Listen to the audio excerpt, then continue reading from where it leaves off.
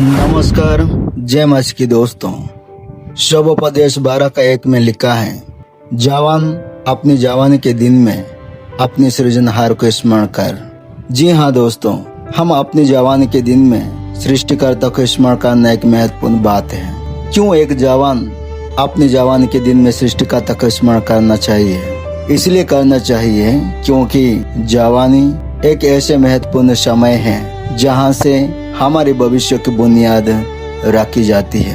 कई बार क्या होता है, इस बुनियाद को रखने के लिए हमको सही दिशा की जरूरत होता है। दोस्तों, आज के जवानों को देखो, अपनी जवानी को वो हल्के में लेते हैं, जवानी का महत्व को नहीं समझते हैं। लेकिन वचन बताती है कि जवानी एक ऐसा महत्वपूर्ण समय है जहाँ से इंसान की भविष्य की नींव डाली जाती है।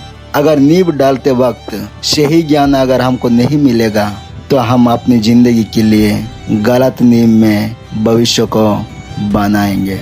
इसलिए जवानी में हम अपनी जिंदगी को मजबूत बनाने के लिए, हमारे भविष्य की सही दिशा पाने के लिए हमें एक ईश्वरीय मार्गदर्शन की जरूरत है। ये बात एक ऐसे राजा कहता है जो स्वर्ग से उसको ज्ञान और बुद्धि मिला था। वो साधारण इंसान नहीं था, वो धरती का सबसे बुद्धिमान राजा कहलाया, जो जवानों को सलाह देता है। इसलिए सलाह देता है क्योंकि जवानी एक ऐसा समय है जहां इंसान आसानी से अपनी जिंदगी को बिगाड़ता है और अपनी जिंदगी को भी सही दिशा में बनाता है। लेकिन ज्यादातर जवान अपने जवानी के दिन में सही दिशा में नहीं चलते हैं। जवानी के समय में गलत मार्ग चुनते हैं और वही गलत मार्ग चुन के अपनी जिंदगी को बर्बाद कर देते हैं। लेकिन जब एक जवान अपने सृष्टिकर्ता को स्मरण करेगा तब वो गलत मार्गों से और पाप और विनाश के मार्ग से वो उद्धार पाएगा। जब हम ईश्वरीय दिशा हम अपने अंदर से मिलते हैं तो वही दिशा हमें जीवन के सही मार्ग पर ले जाता है।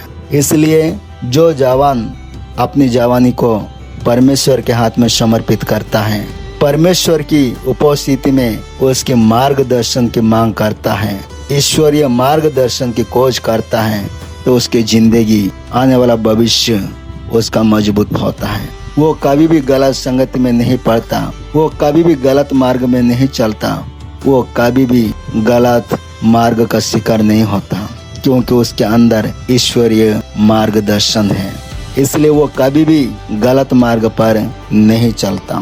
दोस्तों, जवानी एक ऐसा केंद्र बिंदु है जिंदगी का जहाँ से हमारा आशीष और अभिशाप दोनों आ जाता है।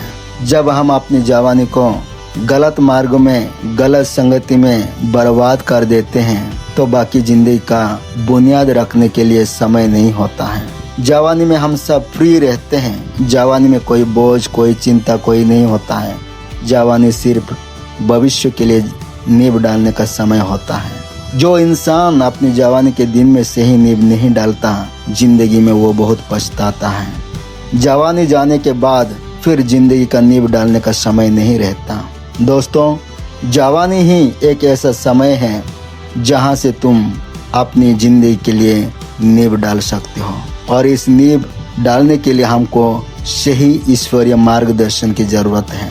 जब हम सबोपदेश में हम देखते हैं, यहाँ पर एक ऐसा राजा सलाह देता जवानों को जो धरती का सबसे बुद्धिमान राजा कहलाया, वो है राजा सोलोमन। वो जवानों को सलाह देता है कि जवान अपनी जवानी के दिन में अपने सृजनहार को स्मरण करें।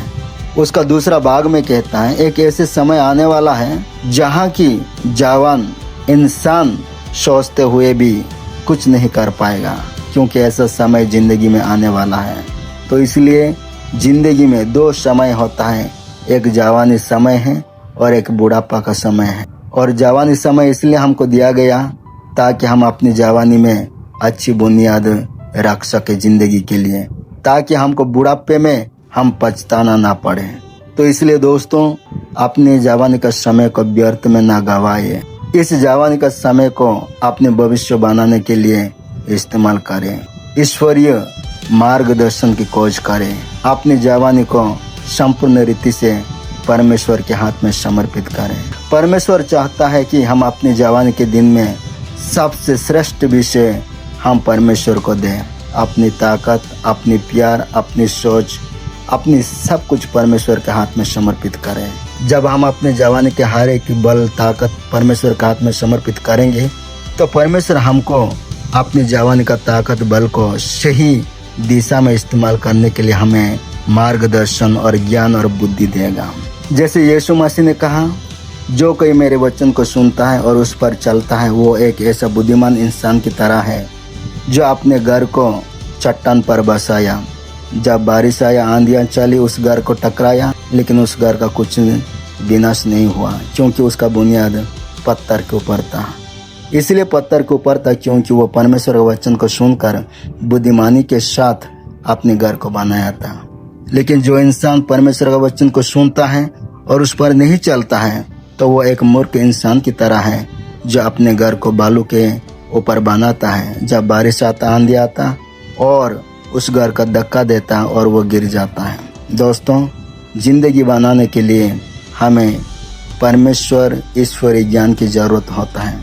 जो इंसान अपनी अंदर की आत्मिक जीवन को परमेश्वर के वचन के ऊपर बुनियाद रखता है तो वही उसका जिंदगी आगे मजबूत होता है। दोस्तों, हम अपनी जवानी को व्यर्थ में न गवाएं, अपनी जवानी का समय को फालतू चीज़ों में न गवाएं, बल्कि हम अपनी जवानी में परमेश्वर को याद करते हुए अपनी ज़िंदगी को उसके हाथ में समर्पित करते हुए उसके मार्गदर्शन की खोज करें। बहुत सारे ऐसे जवान हैं अपने जवानी के दिन में परमेश्वर को भूल जाते हैं, अपने बुरी अभिलाषों में फंस जाते हैं, कई तो दारू के नशे में, कई तो गलत संगति में, कई तो प्यार के चक्कर में।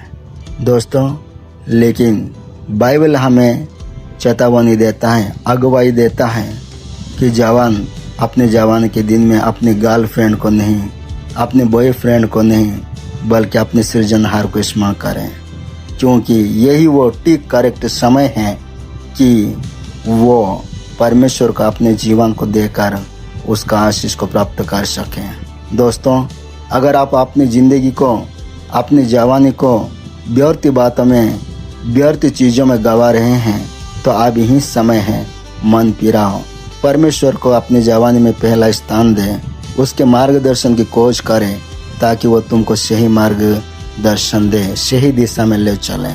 जी हाँ दोस्तों, परमेश्वर आपको आशीष करे।